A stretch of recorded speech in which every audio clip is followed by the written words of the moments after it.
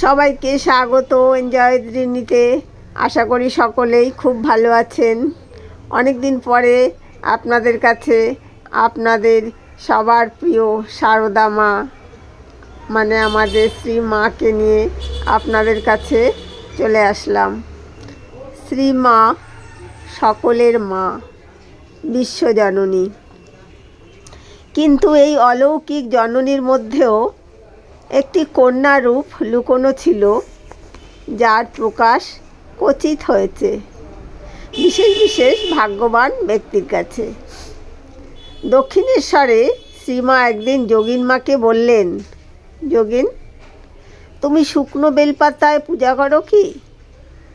যোগিন মা বললেন, হ্যাঁ মা, কিন্তু তুমি তা কী করে জানলে? শ্রীমা বলছেন, আজ আমি সকালে ধ্যান করার সময় দেখতে পেলুম তুমি শুকনো বেলপাতা দিয়ে। এটুকু বলেই শ্রীমা তাড়াতাড়ি সামলে নিয়ে বললেন, পুজো করছিলে। বুদ্ধিমতী যোগিনমার বুঝতে বাকি রইল না যে তিনি কলকাতার বাড়িতে পুজোর সময় যা করেছেন, দক্ষিণেশ্বরে বসেই শ্রীমা তা জানতে পেরেছেন। তিনি স্তম্ভিত হয়ে মায়ের মুখের দিকে চেয়ে রইলেন। মাও ধরা পড়ে গেছেন দেখে লজ্জায় আরক্তিম হয়ে যোগিন মাকে জড়িয়ে ধরলেন। সেই মুহূর্তে যোগিন মার মনে হয় তার কন্যা গনু যেন তাকে জড়িয়ে ধরেছে। স্নেহে বিগলিত হয়ে তিনি শ্রী মাকে বুকে ধরে চুমো খেলেন।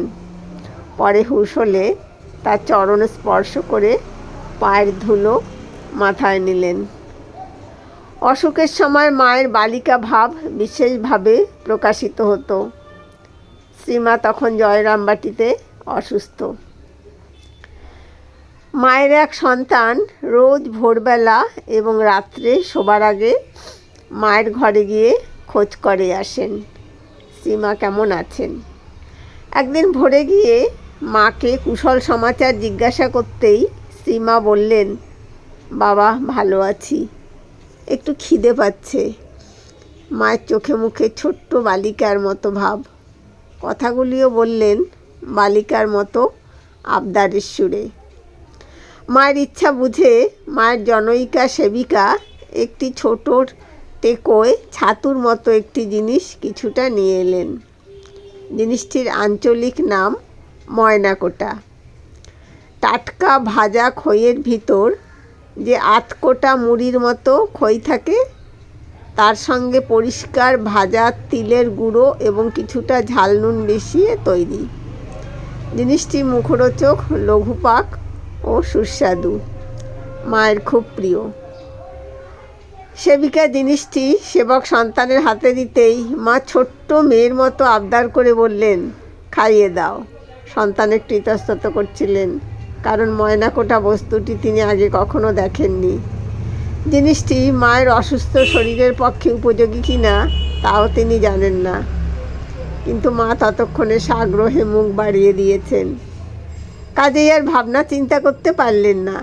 মায়ের বিছানার উপর বসে একটু একটু করে সেই খাবার মায়ের মুখে দিতে লাগলেন। খেয়ে দে মায়ের চোখে মুখে বালিকার মতো তৃপ্তি ও আনন্দ ফুটে উঠল। কেমন লাগলো কমেন্ট করে জানাবেন।